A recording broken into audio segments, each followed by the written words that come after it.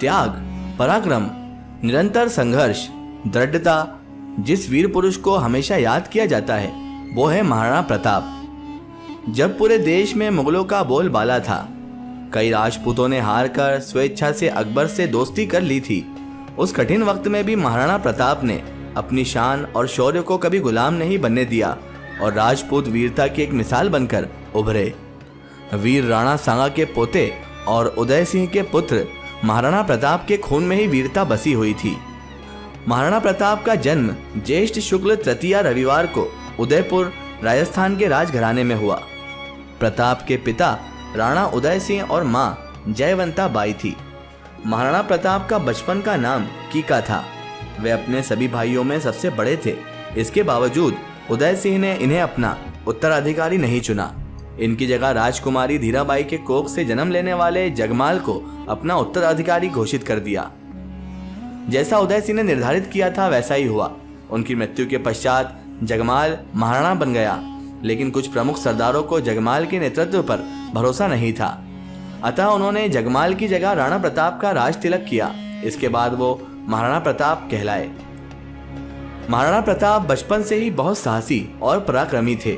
वो जन्मजात ही नेतृत्व की क्षमता रखते थे। बचपन में खेल खेल में ही वो दलों का गठन कर लेते थे। उदय सिंह ने बचपन से ही इन्हें तलवार ढाल चलाने का प्रशिक्षण दिलवाया। वो इन्हें कुशल योद्धा बनाना चाहते थे। धीरे धीरे प्रशिक्षण के साथ साथ ये अस्त्र शस्त्र चलाने में भी काफी माहिर हो गए। मुगल हुकूमत के खिलाफ महाराणा प्रताप पूरी दृढ़ता से आखिरी सांस तक खड़े रहे, लेकिन उन्होंने गुलामी स्वीकार नहीं की। इस खिलाफत का असर इनके जीवन पर पड़ा। सन 1567 में चित्तौड़ को अकबर की मुगल सेना ने घेर लिया था। उस वक्त उदय प्रताप सिंह ने मुगलों का सामना करने के बजाय चित्तौड़ छोड़ने का निश्चय किया। राजकुमार प्रताप सिंह सामना करना चाहते थे, पर बड़ों की यह राय थी कि चित्तौड़ को छोड़ना ही सही होगा। सन 1572 में उदय सिंह की मृत्यु हो गई, जिसके बाद प्रताप सिंह को राजा बनाया गया और वो महाराणा प्रताप सिंह कहलाए। महाराणा प्रताप राजपूतों के सिसोदिया घराने से थे। वे मेवाड़ के 54वें राजा थे। अकबर पूरे चित्तौड़ पर राज करने लगा, पर अकबर की महत्वाकांक्षा थी पूरे भारत पर राज करने की। वहीं दूसरी ओर महाराणा प्रताप मेवाड़ पर शासन कर रहे थे। बिना मेवाड़ हासिल किए अकबर का सपना अधूरा रह जाता। इसके लिए अकबर ने मेवाड़ में 6 राजदूत भेजे, जो महाराणा प्रताप को समर्पण के लिए नहीं मना पाए। जो आखिरी राजदूत था वह राजा मान सिंह था। वह अकबर का बहनोई था। आखिरकार अकबर ने महाराणा प्रताप पर हमला करने का निश्चय किया। अकबर की सेना में 80,000 सैनिक थे, वहीं महाराणा प्रताप की राजपूत सेना में सिर्फ 20,000 सैनिक थे। ये युद्ध भारत के इतिहास का एक महत्वपूर्ण युद्ध था। ये हल्दी घाटी में लड़ा गया, इसीलिए इसे हल्दी घाटी का युद्ध कहते हैं। इस युद्ध के बाद अकबर का लगभग पूरे मेवाड़ पर कब्जा तो हो गया था, बस कुछ अरावली की पहाड़ियों पर अकबर पहुंच नहीं पाया था। इतिहासकारों के अनुसार इस युद्ध में ना तो कोई विजय हुआ, ना ही किसी की पराजय हुई, क्योंकि अकबर की सेना बहुत विशाल थी। उसके सामने 20,000 की सेना थी। इसके बावजूद वो महाराणा प्रताप को बंदी नहीं बना पाए थे। जुलाई 1576 में महाराणा प्रताप ने मुगलों से गोगुंडा को पुनः प्राप्त किया और कुंभलगढ़ को अस्थायी राजधानी घोषित कर दिया। लेकिन अकबर ने व्यक्तिगत रूप से अभियान चलाकर कुंभलगढ़ पर कब्जा कर लिया और महाराणा प्रताप को पीछे हटना पड़ा। इस हार के बावजूद महाराणा प्रताप ने अपना मनोबल कमजोर नहीं होने दिया और आखिरकार अपने खोए हुए क्षेत्रों को वापस से प्राप्त कर लिया, जिसमें कुंभलगढ़, चित्तौड़ के आसपास के क्षेत्र, गोगुंडा, उदयपुर, रणथंभौर शामिल थे। 21 जून 1576 को हुआ हल्दी घाटी का युद्ध न केवल राजस्थान के इतिहास का बल्कि पूरे हिंदुस्तान के लिए एक ऐतिहासिक युद्ध था। इस युद्ध में महाराणा प्रताप की 20,000 सैनिकों की सेना के सामने अकबर के 80,000 सैनिकों की सेना थी। अपने अद्भुत पराक्रम और बुद्धि कौशल से महाराणा प्रताप ने अकबर को कड़ी टक्कर दी। लेकिन दुर्भाग्य की बात यह थी कि महाराणा प्रताप का भाई अकबर का साथ दे रहा था। अकबर के लिए पहाड़ियों में युद्ध करना मुश्किल था, जबकि महाराणा प्रताप बचपन से ही उन पहाड़ियों के हर कोने से भली भांति परिचित थे। ये बात इस युद्ध में इनके लिए बहुत सहायक हुई। ये भी एक अजीब संयोग था कि महाराणा प्रताप की सेना की अगुवाई अफगानिस्तानी योद्धा हकीम खान सुर कर रहा था, जबकि मुगलों का सेनापति राजा मान सिंह था। मतलब इस युद्ध में राजपूत के सामने राजपूत था। उस दौर में ना तो धर्म जाति देखी जाती थी, ना ही किसी तरह का धर्म निष्पक्षता थी। जहां एक और राजपूत महाराणा प्रताप की सेना की अगुवाई अफगानिस्तानी योद्धा हाकिम खान सुर कर रहा था, तो वहीं मुगल एक मुसलमान बादशाह के सेना की अगुवाई और मेन सिपह सालार उसका एक राजपूत यानी राजा मान सिंह थे। दोस्तों, महाराणा प्रताप की वीरता तो जग जाहिर थी, लेकिन वो जिस घोड़े की सवारी करते थे वो भी वीर और वफादार सिपाही से कम नहीं था। महाराणा प्रताप का सबसे प्रिय घोड़ा चेतक एक नीलवर्ण ईरानी मूल का घोड़ा था। उसने मुश्किल परिस्थिति में महाराणा प्रताप के प्राणों की रक्षा की। उसकी वीरता का सबसे बड़ा प्रमाण हल्दीघाटी युद्ध के दौरान मिला, जब अकबर की विशाल सेना के सामने महाराणा प्रताप की सेना थी।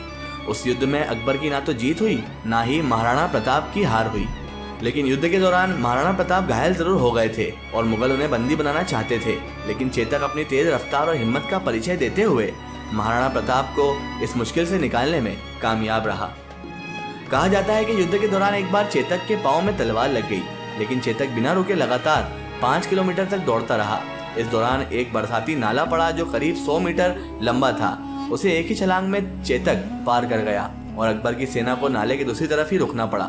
पर ज्यादा घायल हो जाने की वजह से चेतक कुछ ही दिनों बाद अपने प्राण त्याग देता है। आज भी हल्दी घाटी में राजसमंद में चेतक की समाधि है, जिसे दर्शनार्थी उसी श्रद्धा से देखते हैं जिसे प्रताप की मूर्त को देखते हैं। अपनी मातृभूमि के लिए समर्पित जीवन जीने वाले महाराणा प्रताप का निधन 19 जनवरी 1597 को हुआ, जिसका कारण जंगल में लगने वाली एक चोट थी। लेकिन अपनी मातृभूमि के लिए त्याग और कठिनता का रास्ता चुनने वाले महाराणा प्रताप देशवासियों की यादों में हमेशा जीवित रहेंगे। दोस्तों, महाराणा प्रताप ने जीवन भर अपनी मातृभूमि की रक्षा के लिए कठोर श्रम और संघर्ष किया, लेकिन फिर भी महाराणा प्रताप चित्तौड़ को वापस नहीं पा सके। ये बात उन्हें बहुत व्यतीत करती थी। वो एक सच्चे राष्ट्रभक्त थे। उनका चिंतन हमेशा देश की सुरक्षा को लेकर होता था। अपने अंतिम वक्त में उन्हें यही बात परेशान करती थी कि उनके बाद कौन मातृभूमि की रक्षा के लिए खड़ा होगा, कौन इतना संघर्ष करेगा। उनका पुत्र राणा अमर सिंह बहुत ही विलासी प्रवृत्ति का था। अपने आखिरी क्षणों में उन्होंने सरदारों से यह वचन लिया था, मेरे प्राण तभी छूटेंगे जब आप ये वचन देंगे कि अपने जीते जी कभी भी मातृभूमि को तुर्कों के हाथों नहीं सौंपेंगे। अकबर और महाराणा प्रताप की शत्रुता तो यानी उनकी दुश्मनी तो जग जाहिर थी, पर अकबर की महाराणा प्रताप से कोई व्यक्तिगत दुश्मनी नहीं थी। ये शत्रुता यानी ये दुश्मनी जो थी वो विचारों की थी।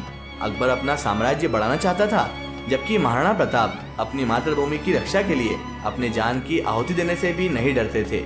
जब अकबर को महाराणा प्रताप की मृत्यु की खबर मिली तो बिल्कुल मौन हो गया था और उसकी आंखों में आंसू आ गए थे। वो महाराणा प्रताप के गुणों की दिल से प्रशंसा भी करता था। दोस्तों, ये है महाराणा प्रताप का सही इतिहास। लेकिन आजकल लोग जो इतिहास बता रहे हैं उससे आप लोग भी अच्छी तरह से वाकिफ हैं। लोग तो इसे कास्ट और धर्म के आधार पर बताने लग जाते हैं, जबकि महाराणा प्रताप और अकबर के दरमियान जो जंग थी, जो शत्रुता थी, जो दुश्मनी थी, वो सिर्फ साम्राज्य को लेकर थी और महाराणा प्रताप अपनी मातृभूमि के लिए लड़ रहे थे। वहां पर ना तो किसी धर्म की लड़ाई थी, ना ही जात पात की। और इसका सबसे बड़ा उदाहरण ये है कि जहां एक तरफ मुगल बादशाह जो कि जाति धर्म से एक मुसलमान था, उसका सबसे मेन सिपह सलार जो था वो एक राजपूत यानी राजा मान सिंह थे, और इधर अपनी मातृभूमि की रक्षा करने वाले वीर महाराणा प्रताप जो एक हिंदू होने के साथ साथ राष्ट्रभक्त भी थे। उनका मेन जो सेना की अगुवाई करने वाला था वो एक अफगानी योद्धा हाकिम खान सुर था। इस बात से हमें ये पता चलता है कि ये लड़ाई कोई जाति धर्म या किसी धर्म को लेकर नहीं थी, बल्कि ये विचारों का तालमेल ना बैठना और राजा महाराणा प्रताप सिंह अपने मातृभूमि को किसी को सौंपना नहीं चाहते थे, इस दौरान हुई थी। फिलहाल दोस्तों, आज की हमारी वीडियो में बस इतना ही। अगर ये वीडियो आपको पसंद आई हो तो इसे ज़्यादा से ज़्यादा शेयर कीजिए, इसे अपने फ्रेंड सर्कल, अपने रिश्तेदारों तक जरूर पहुंचाएं। इसी तरह की इन्फॉर्मेटिव हिस्टोरिकल वीडियो के लिए हमारे चैनल को सब्सक्राइब कीजिए और पास में दिए गए घंटी के आइकन को जरूर दबाएं, ताकि हमारी आने वाली हर नई वीडियो की नोटिफिकेशन आप तक पहुंचती रहे।